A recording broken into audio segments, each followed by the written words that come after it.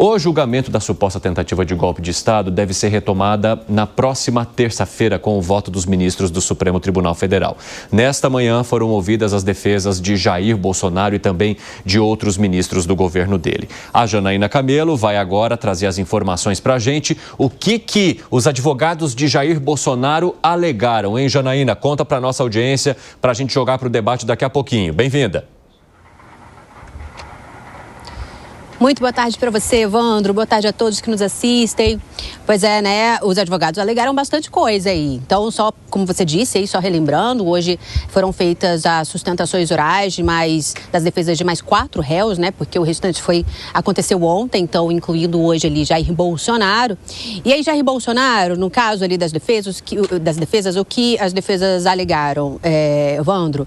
Primeiro, que não há nenhuma acusação que ligue Jair Bolsonaro aos eventos que estão descritos na denúncia, na acusação da Procuradoria-Geral da República, de que não há nenhuma prova, nenhum indício que ligue Jair Bolsonaro a essas acusações. Lembrando que a denúncia principal da PGR contra o ex-presidente é de que ele teria sido o líder de uma organização criminosa, de um grupo criminoso que teria tentado um golpe de Estado, né? Seria esse núcleo principal, o núcleo crucial, que inclui aí Jair Bolsonaro e outros 7 réus, que teria coordenado todo o esquema de um suposto plano golpista. Essa é a acusação principal da PGR. Logo depois das sustentações orais, que aconteceu hoje de manhã, aqui no plenário da primeira turma, um dos advogados de Jair Bolsonaro falou com a imprensa, o doutor Paulo Cunha Bueno. Ele, inclusive, foi um dos advogados que fizeram ali a sustentação oral da defesa de Jair Bolsonaro. E ele disse exatamente isso, de que a PGR não conseguiu reunir provas concretas orais. Com a Janaína Camelo, eu acho que o aparelho deve ter caído, mas já a gente vai retomar a conversa com ela. Vamos trazendo então o debate aqui para os nossos amigos comentaristas, enquanto a Janaína se prepara novamente para contar mais na informação. Mas o que a defesa de Jair Bolsonaro tenta fazer é descolar a figura do ex-presidente das causas do 8 de janeiro e também colocando em questionamento tudo aquilo que foi apresentado por Mauro Cid na delação, principalmente por causa das várias mudanças que essa delação teve ao longo do curso do processo. Zé Maria Trindade, muito bem-vindo também, meu amigo. É muito bom ter você por aqui. Já te passo a palavra aí em Brasília. Mas, Gani, como é que você avalia essa principal estratégia, querendo minar aquilo que também a Procuradoria-Geral da República usa como principal elemento nessa investigação, que é uma delação? Olha só, a estratégia da defesa, eu acompanhei hoje o depoimento, né, a sustentação oral, melhor dizendo, do Celso Sanches, me pareceu assertiva. Primeiro, porque mostrou que os atos preparatórios não houve violência. Portanto, se não houve o uso da violência ou da grave ameaça, aquilo não pode ser enquadrado como um crime. Além disso, também desqualificou a delação de Mauro Cid, mostrando muitas contradições, né? 9 versões ali, então não dá para você simplesmente confiar na acusação da PGR, que foi basicamente sustentada por essa acusação do Mauro Cid. E aí, para finalizar, Evandro, não há elementos que liguem Jair Bolsonaro, o entorno de Jair Bolsonaro com o 8 de janeiro, que seria o uso da violência ou grave ameaça. Então não existe uma prova material que ligue o ex-presidente ao evento do 8 de janeiro. Por conta disso, ele seria inocente. Zé Maria Trindade, o que a Procuradoria-Geral da República alega, basicamente, é que a colaboração de Jair Bolsonaro para o 8 de janeiro tem a ver com a inflamação desse público que estava já em frente aos quartéis e por meio do descrédito do processo eleitoral, da possibilidade do retorno do presidente Lula ao poder, Jair Bolsonaro teria utilizado suas ferramentas de comunicação também junto com seus aliados para que essas pessoas se sentissem no dever de, digamos assim, defender o mandato dele como uma forma de salvar o país. E que, por isso, sim, ele teria colaborado para o 8 de janeiro. Talvez não participado ativamente, porque não estava nas manifestações, mas feito com que as pessoas entendessem que, sim, elas precisavam dominar aquele território. Como é que você avalia essa alegação e a forma como a defesa de Jair Bolsonaro tenta desmontar aquilo que foi apontado pela PGR? Bem-vindo. Pois é, muito obrigado, Cine. Obrigado a todos, boa tarde.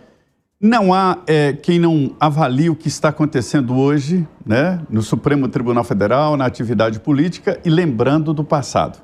E até aliados do presidente Jair Bolsonaro dizem que o grande pecado, se houve um grande pecado, foi exatamente não desmobilizar os que estavam na frente dos quartéis em todo o país e principalmente aqui no quartel-general.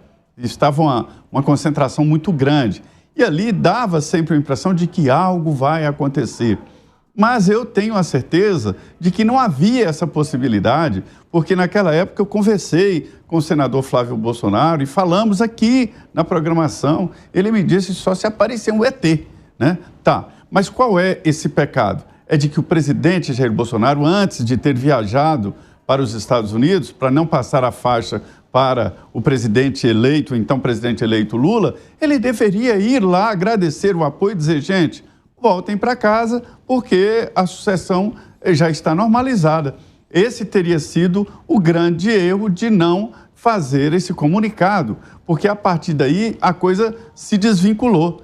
O Alan falou muito bem, não há como negar que haviam conversas, que havia um projeto, que havia sussurros no ouvido do presidente Jair Bolsonaro para que não assumisse o presidente eleito Luiz Inácio Lula da Silva. Não dá para negar isso. As provas são evidentes até além da delação do tenente-coronel Cid. Isso fica muito claro nas defesas.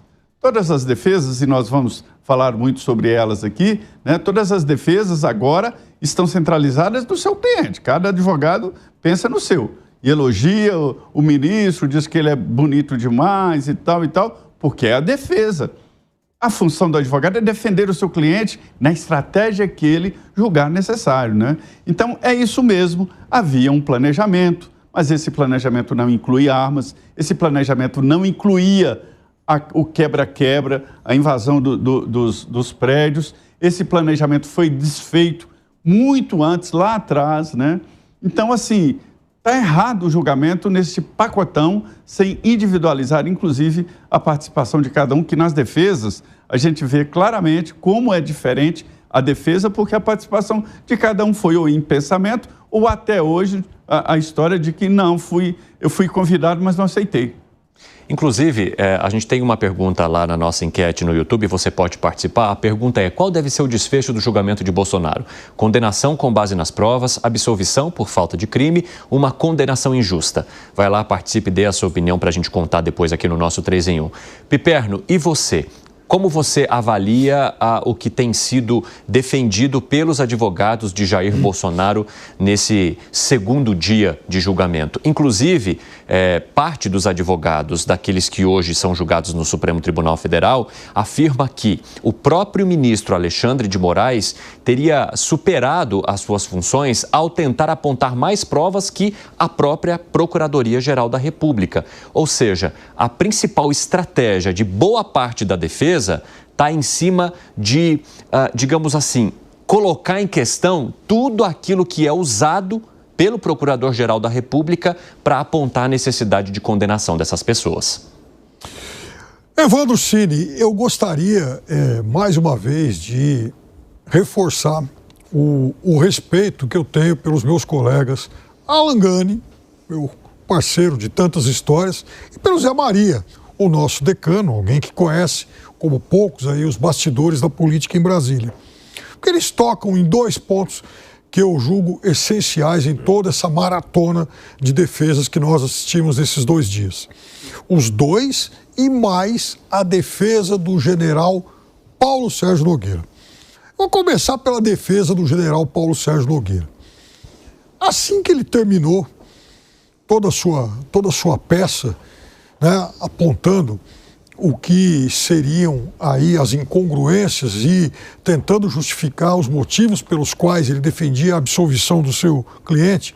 E depois que ele acabou, depois que ele pronunciou a última palavra, a ministra Carmen Lúcia discretamente fez a pergunta mais importante desses 2 dias. Ela perguntou exatamente o seguinte: doutor, o senhor repetiu 5 vezes que o general tentou demover. Mas demover do quê? Porque a defesa se baseou muito nisso, né? Não, o general não teve culpa, o general tentou demover, o general, aí de novo, o general procurou demover. Então ela perguntou, mas escuta, o senhor falou 5 vezes em tentar demover, em tentar demover. Demover do quê? E aí ele candidamente responde, demover de qualquer medida de exceção. Então o general Paulo Sérgio já havia dito aí outro dia que ele inclusive atuou para que o presidente não cometesse esses desatinos. Aí ele falou claramente isso. Então veja, houve sim, pelo menos, no mínimo. Então vamos imaginar algo que ao qual a defesa do presidente Bolsonaro tem se baseado, né?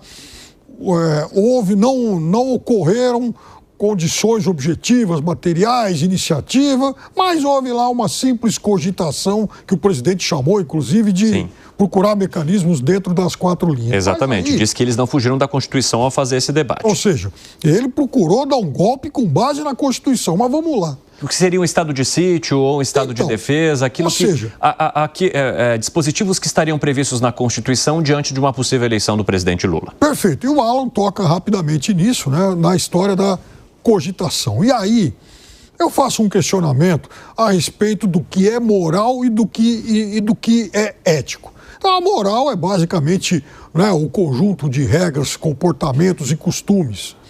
A ética é a análise disso tudo, né? É a avaliação, é o juízo que se dá a isso tudo. Ou seja, a nossa moral, eu diria que está baseada em valores muito frágeis, porque a gente está admitindo que, foi só uma cogitação, então está tudo bem. Foi uma cogitação, mas como não encontrou apoio, então está tudo bem. Não! A gente está falando de um personagem que atuou para conspirar, para dar um golpe. Não encontrou, talvez, os aliados suficientes para isso. E o Zé lembra muito bem que ele foi aconselhado, e talvez se arrependa, de não ter pedido para aquela massa de aquartelados irem para casa. Ele teve 60 dias para fazer isso. 60 dias no poder para fazer isso. E em momento algum ele fez qualquer gesto para desfazer todos aqueles agrupamentos de teor claramente golpistas. Vamos trazer mais para o nosso debate agora sim com a Janaína Camelo, que está conectada novamente e vai contar mais informações sobre essas alegações da defesa. Pode falar, Jana, e espero que o vento não leve o nosso equipamento embora novamente, nem faça você voar aí em Brasília. Conta aí, minha amiga. Tomara, não vai levar não, o Evandro. Vamos lá, a gente vai chamar agora a sonora do Dr. Paulo Cunha Bueno. Foi um dos advogados que fez a sustentação oral de Jair Bolsonaro hoje de manhã e no final da sessão ele falou com jornalistas. E ele disse exatamente isso, que a Procuradoria-Geral da República não tem provas que liguem Jair Bolsonaro aos eventos que foram listados ali na acusação, na denúncia. A gente vai ouvir um trechinho do que ele disse. O presidente jamais teve qualquer intuito golpista. Os fatos que são colocados a ele são completamente fora das acusações dos tipos penais imputados. Né? Não praticou qualquer ato de violência ou grave ameaça que visasse um golpe de Estado ou a abolição do Estado Democrático de Direito. Os fatos são completamente atípicos e penalmente acromáticos. Essa acusação não deveria existir. Pois é, então, basicamente, Evandro, quais foram as alegações ali da defesa de Jair Bolsonaro? De que não há provas de que ele seria o líder dessa organização criminosa.